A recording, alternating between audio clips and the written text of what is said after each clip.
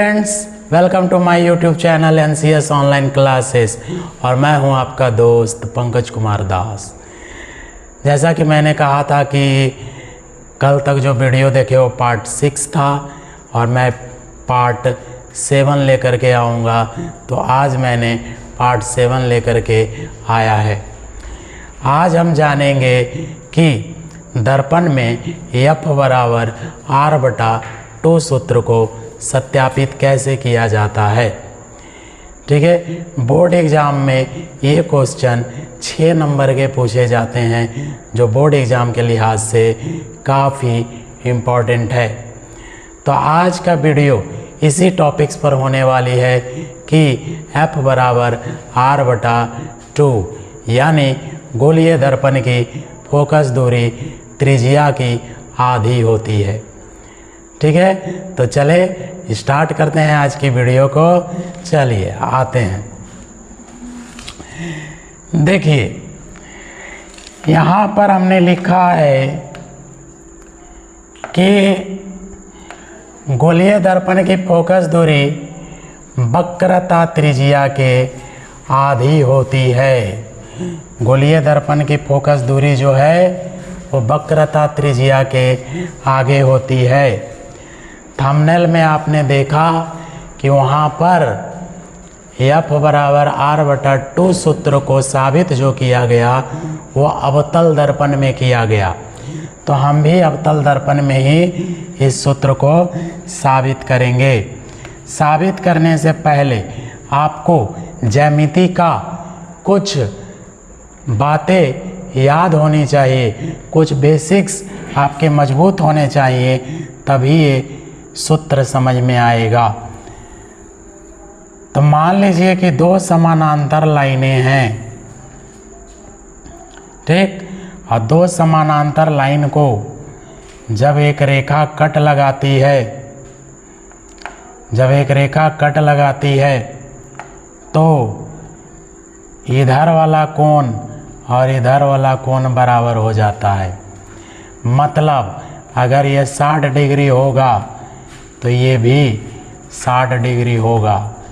समझ में आ रही है बात? और इधर वाला कोण के बराबर हो जाती है। ठीक, अगर 120 डिग्री हुआ तो ये भी 120 डिग्री होगी। ठीक, और इसके अलावा जो आपको जानना है वो ये है समद्विबाहु त्रिभुज। ठीक, ऐसा त्रिभुज जिसका 2 भुजा बराबर होते हैं उसे हम कहते हैं समबाहु त्रिभुज। जैसे एक त्रिभुज मैंने लिया AB और C, तो इसकी ये वाली भुजा और ये वाली भुजा बराबर होनी चाहिए। ये नहीं भी रहेगा तो चलेगा, पर ये दोनों बराबर होनी चाहिए। तो जिस त्रिभुज की 2 भुजाएं बराबर होती है उसे समद्विबाहु त्रिभुज कहते हैं। ये मैं क्यों बता रहा हूँ? ये इसलिए बता रहा हूँ कि उसमें हमें ज़रूरत पड़ेगी। ठीक है, तो हम लोग सबसे पहले किस दर्पण की बात करेंगे? अवतल दर्पण की बात करेंगे। तो आइए हम यहाँ पर देखते हैं, ये अवतल दर्पण है, इसको हम रजतित कर देते हैं। इस साइड में हमने लगा दिया पेंट, ताकि प्रकाश की किरणें बाहर ना जा सके। तो हमने क्या कर दिया, इसे रजतित कर दिया। अब जरा ध्यान से समझिएगा,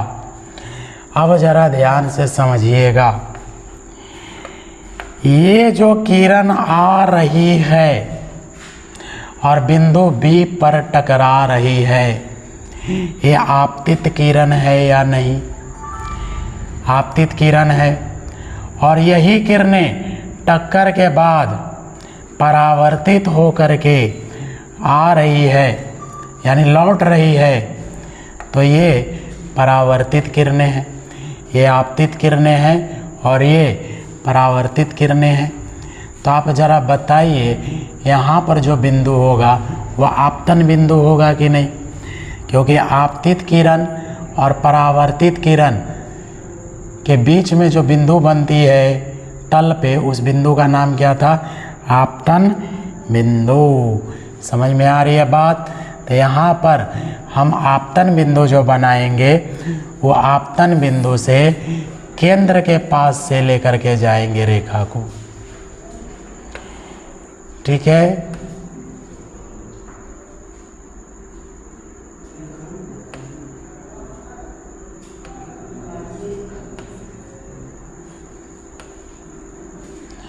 अब देखिए यहाँ पे हम क्या कर रहे हैं, एक रेखा लेकर के जा रहे हैं डॉट डॉट डॉट में। अब जरा बताइए ये क्या है? तो ये अभिलंब है। ये क्या है? तो ये अभिलंब है। तो आइए इसे हम लोग साबित करते हैं।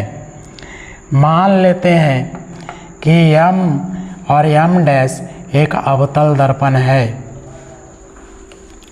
ठीक, माना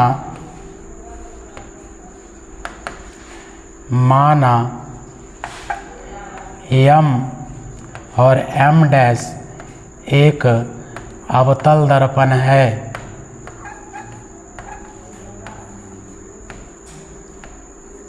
एक अवतल दर्पण है।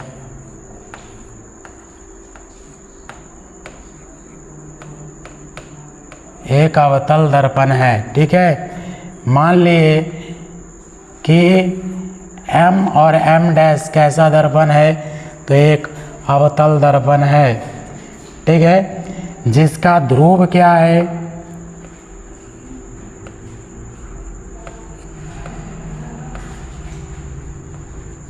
जिसका ध्रुव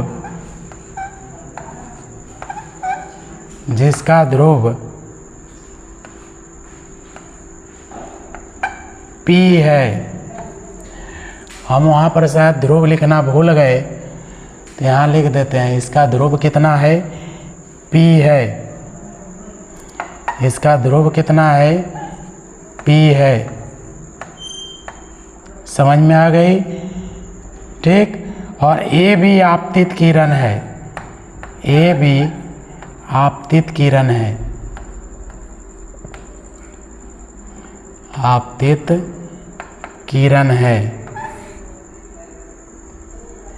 A भी आपतित किरण है।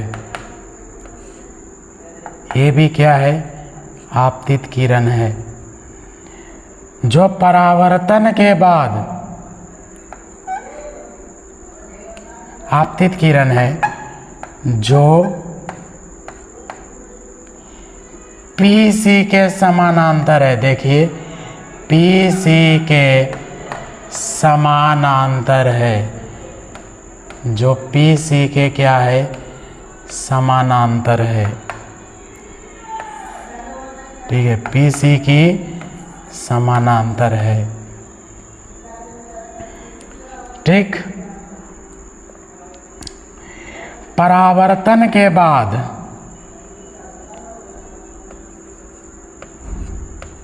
ठीक है,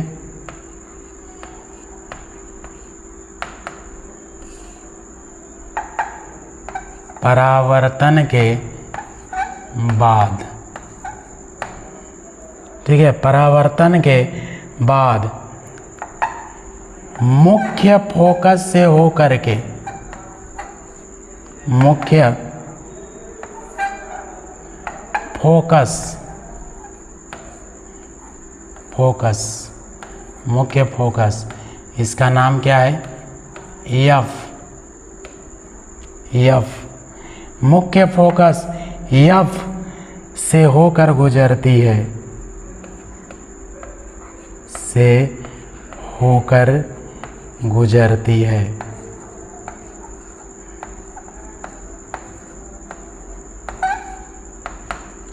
मुख्य फोकस से होकर गुजरती है। देखिए यम और यम डैश एक अवतल दर्पण है, इसका ध्रुव क्या है, P है। और एक किरण है ए बी, आपतित किरण ए से बी की ओर जा रही है, ठीक। ये किसके समानांतर है, तो PC के। PC देखिए इसी दिशा में जा रही है और ए बी भी उसी दिशा में जा रही है, दोनों के बीच की दूरी बराबर है, यानी ये दोनों रेखा एक दूसरे के क्या है, समानांतर है।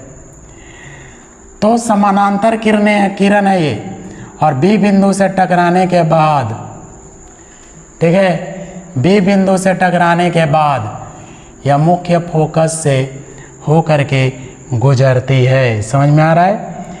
चलिए, और यहाँ जो हमने दिया है BC, ये क्या है, तो BC अभिलंब है।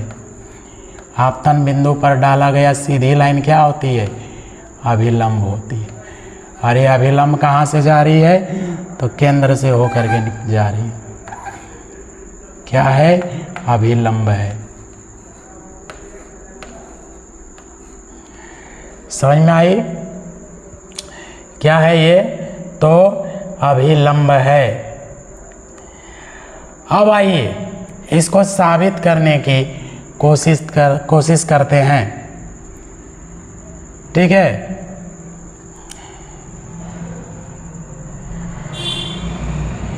आइए अब हमें सिद्ध करना है, ठीक।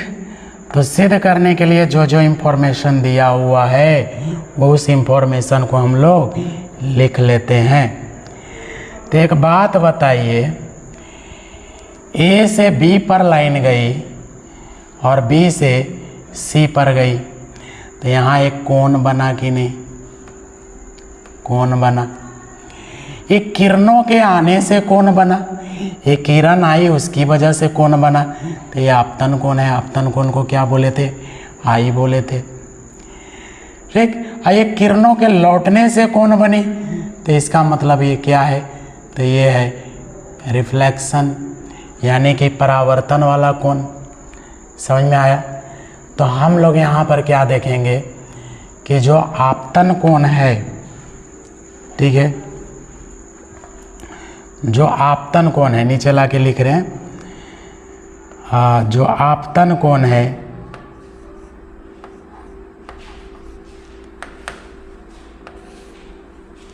आपतन कोण, वो आपतन कोण कौन है, तो ए से बी और बी से सी, ए बी और सी, आपतन कोण कितना आ गया, तो आई। और B C F, B C F, ये कौन सा कोण हो गया, तो परावर्तन कोण हो गया, तो इसको क्या कहेंगे, आर, ठीक है। और देखिए ध्रुव से लेकर के फोकस तक की दूरी को क्या कहते हैं, फोकस दूरी। तो पी एफ को हम क्या मान लिए, आर मान, सॉरी हाँ, पी एफ को क्या मान लेंगे, फोकस दूरी एफ, ठीक। और वक्रता त्रिज्या, तो केंद्र से जो लाइन ध्रुव तक जाएगी उसको हम लोग क्या मान लेंगे, वक्रता त्रिज्या, यानी कि P से C तक की जो दूरी है वो क्या कहलाएगी, R, ठीक। अब हमें सिद्ध क्या करना है, तो सिद्ध करना है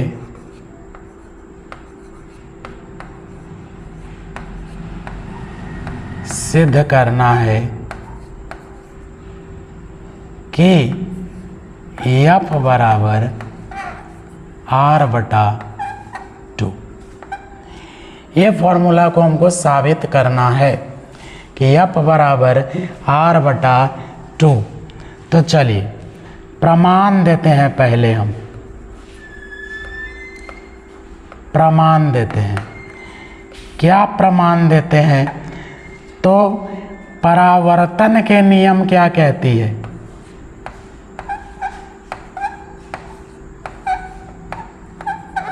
परावर्तन के नियम से, परावर्तन के नियम से। क्या पढ़े आप परावर्तन के नियम से? परावर्तन के नियम से आप पढ़े कि आपतन कोण परावर्तन कोण के बराबर होता है। आपतन कोण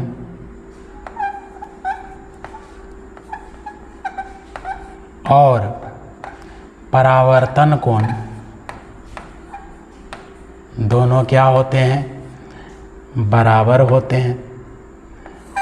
आपतन कोण परावर्तन कोण के क्या होते हैं? बराबर होते हैं। ये बात आप जानते हो। तो इस प्रमाण से हम क्या साबित कर सकते हैं कि एंगल ABC ये आपतन कोण है, बराबर होगा परावर्तन कोण के।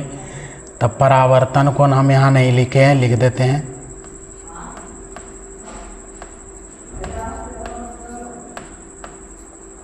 परावर्तन कोण, ठीक है, परावर्तन कोण, ठीक।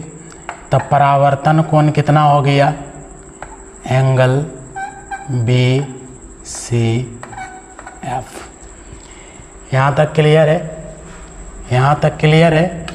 चलिए आगे बढ़ते हैं।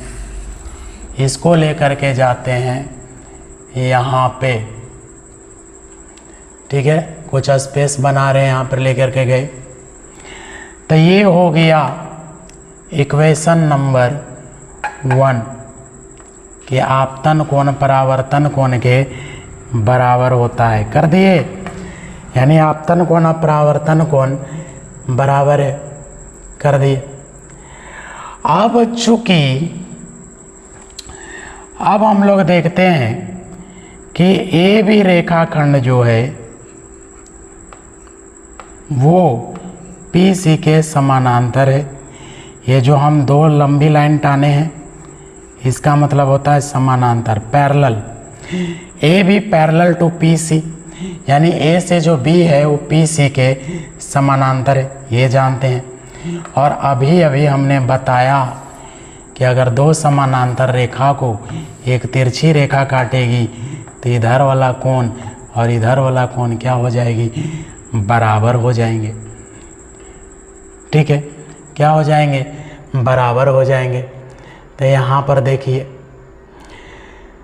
तो BF जो रेखा है, ठीक है, सॉरी BF नहीं, BC जो रेखा है वो AB और PC को काट रही है ना। तो यहाँ पर लिखेंगे BC रेखा, BC रेखा PC को, BC रेखा सॉरी AB और PC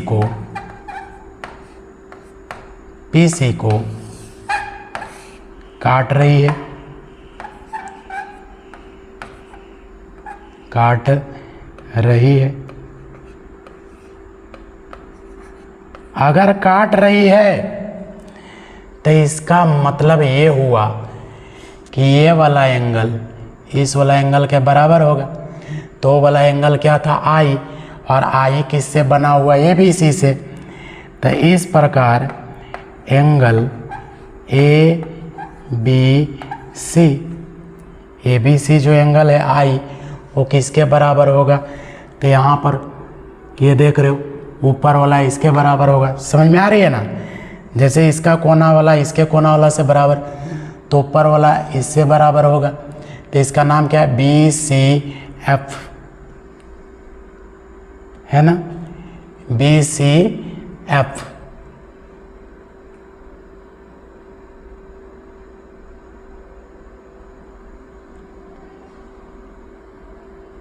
एक मिनट, यहाँ गड़बड़ हुआ है थोड़ा।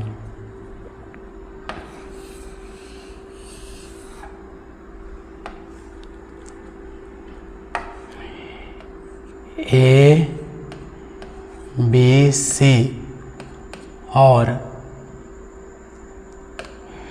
यहाँ भी काटते हैं, यहाँ थोड़ा सा गड़बड़ है।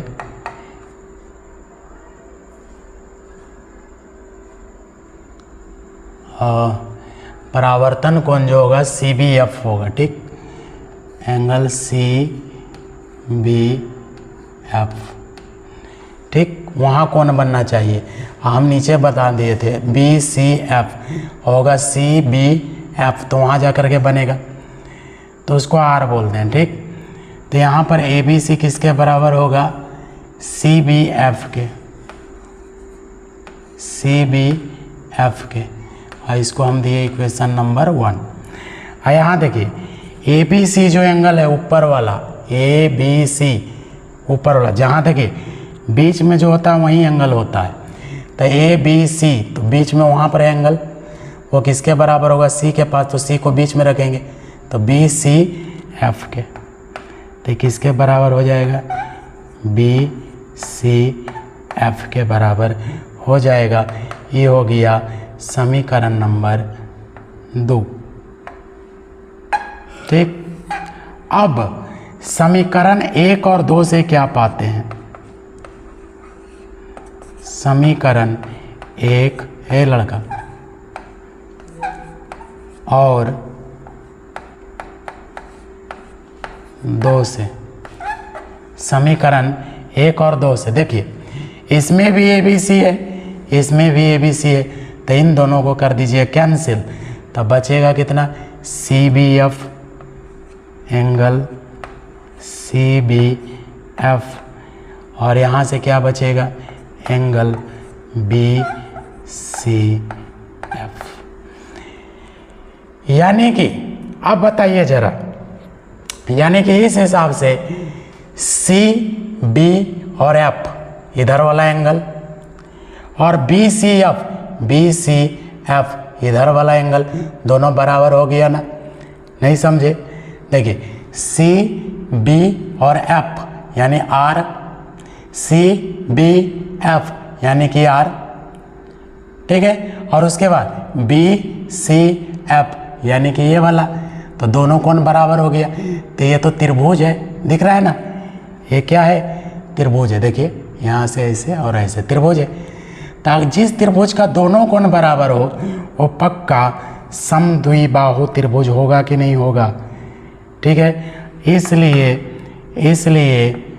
ये जो त्रिभुज बन रहा है, ये जो त्रिभुज बन रहा है जिसका नाम है BCF, त्रिभुज BCF, ठीक है, एक ऐसा त्रिभुज है, एक समद्विबाहु त्रिभुज, समद्विबाहु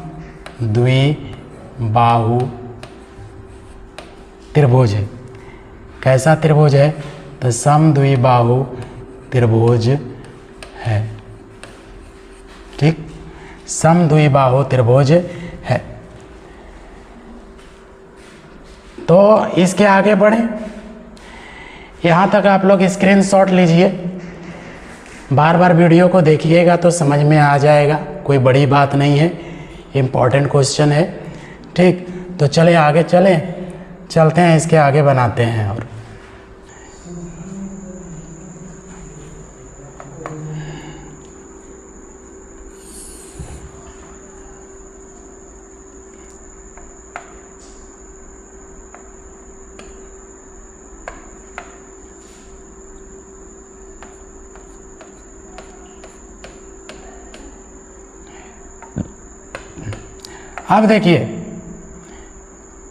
अब देखिए अभी हमने साबित किया कि ये वाला एंगल और ये वाला एंगल बराबर है, यानी ये वाला लाइन और ये वाला लाइन भी बराबर होगा। तो जब ये दोनों लाइन बराबर होगी तो कैसी त्रिभुज होगी? समद्विबाहु त्रिभुज होगा, ठीक है। अब आ जाते हैं हम लोग इस त्रिभुज के अंदर, और देखते हैं कि जो BF रेखा है, जो BF रेखा यहाँ P, ठीक, रचित कर दीजिए, बार बार लिखना ना पड़े। ठीक, अब जरा गौर से देखिए इसको। ठीक है, तो हम लोग देखेंगे कि माना कि दर्पण का द्वारक, माना कि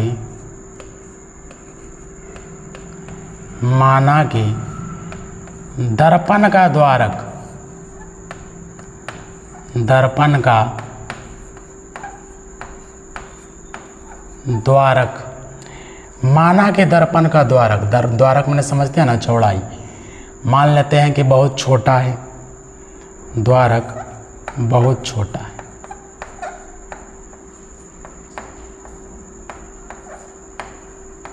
बहुत छोटा है, माना कि दर्पण का द्वारक बहुत छोटा है। अगर ये छोटा है तो हम मान लेंगे कि P और B काफ़ी नज़दीक है, इसलिए P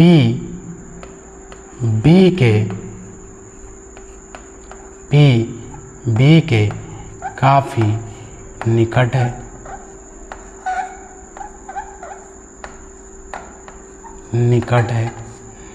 तो हम यहाँ पर लिखेंगे, यहाँ पर हम लोग लिखेंगे कि B से F बराबर है P से F के, B से F बराबर है P के F से। ठीक, BF बराबर क्या है, PF बराबर है। क्यों है ऐसा, क्योंकि दोनों को निकट माने हैं। अब मान लीजिए एक लाइन इतनी बड़ी है और एक लाइन उससे हल्की सी बड़ी है, हल्की सी बड़ी है, तो इन दोनों को हम बोल सकते हैं कि दोनों लगभग बराबर है। तो जब बराबर है तो जितना मान इतना इसका है उतना मान इसका, तो ये दोनों लाइन को हम क्या मान लिए, बराबर मान लिए। अगर हम बराबर मान लिए, ठीक है, अगर हम बराबर मान लिए तो इसके पहले भी तो समद्विबाहु त्रिभुज था, इसके पहले वाला समद्विबाहु त्रिभुज क्या था याद है, बोले थे कि ये दोनों समद्विबाहु त्रिभुज है। कैसे, तो इसमें CF और BF बराबर था, CF और BF बराबर था। क्यों बराबर था बाबू, देखिए लाइन दिए थे CF और BF क्या था, बराबर है ना। ये था समीकरण नंबर 3, लिखना भूल गए थे, लिख लीजिएगा आप। इसको बोलते हैं समीकरण नंबर, ये समीकरण नंबर 2 और ये समीकरण नंबर 3। अब ठीक है, अब ठीक है, इसको लिख लिया। अब देखिए यहाँ से BF और VF कट गया तो बचा कितना कि PF किसके बराबर हो गया, CF के बराबर हो गया। क्योंकि BF और VF कट गया तो PF किसके बराबर हो गया, CF के बराबर हो गया। समीकरण नंबर 4। अगर P से F और C से F दोनों बराबर है, यानी जितना बड़ा PF है जितना बड़ा CF है, इसका मतलब ये बीच में पड़ गया। बीच का मतलब क्या है, उधर भी बराबर इधर भी बराबर, तो इसका मतलब F क्या है, बीच में पड़ गया। तो F को क्या बोलते हैं, फोकस दूरी को क्या बोलते हैं, तो फोकस दूरी को बोलते हैं P से F। तो PF कितना है, CF है। CF कैसे आएगा, आधा हो जाएगा, किसका आधा हो जाएगा, तो पूरे P से C का आधा हो जाएगा। तो PF किसका आधा हो जाएगा, P से C का आधा हो जाएगा। ठीक, P से C और उसका आधा लाएंगे तो CF निकलेगा या फिर PF निकलेगा। PF जाना है तो पूरे CF का आधा करना, C से F 20 से तोड़ेंगे तो PF निकल जाएगा। तो PF निकल गया। तो PF को हमने क्या मान रखा है, PF को हमने क्या मान रखा है, P से F को हमने देखिए यहाँ पर क्या मान रखा है, फोकस दूरी। तो फोकस दूरी बराबर पीसी को हमने क्या मान रखा है, फर्स्ट पेज पर देखिएगा वीडियो को पीछे करके। तो टीसी को हम माने हैं आर, टीसी को क्या माने हैं आर, ठीक। और नीचे क्या आ गया ये 2। अब देखिए दर्पण सूत्र साबित हो गया कि नहीं हो गया, ठीक है। इट्स वेरी इंपॉर्टेंट, ये बहुत ज़्यादा इम्पोर्टेंट था, ठीक है। इसको प्रैक्टिस कीजिए, वीडियो को बार बार देखिए तो पता चल जाएगा, ठीक है। तो उम्मीद करते हैं, आशा करते हैं कि आज का जो वीडियो था आपको समझ में आया होगा। और आज ये उत्तल दर्पण में सिद्ध किए हैं F बराबर r/2। अगला वीडियो जब पार्ट 8 होगा उसमें हम उत्तल दर्पण में सिद्ध करेंगे कि F बराबर r/2। एग्जाम के लिहाज से काफ़ी इम्पोर्टेंट है, ठीक है। तो मैं आशा करूँगा कि आप लोग बार बार वीडियो को देख करके समझने की कोशिश कीजिएगा, कि आप लोग बार बार वीडियो को देख करके समझने की कोशिश कीजिएगा। तो मिलते हैं अगले वीडियो में, तब तक के लिए धन्यवाद। जय भीम।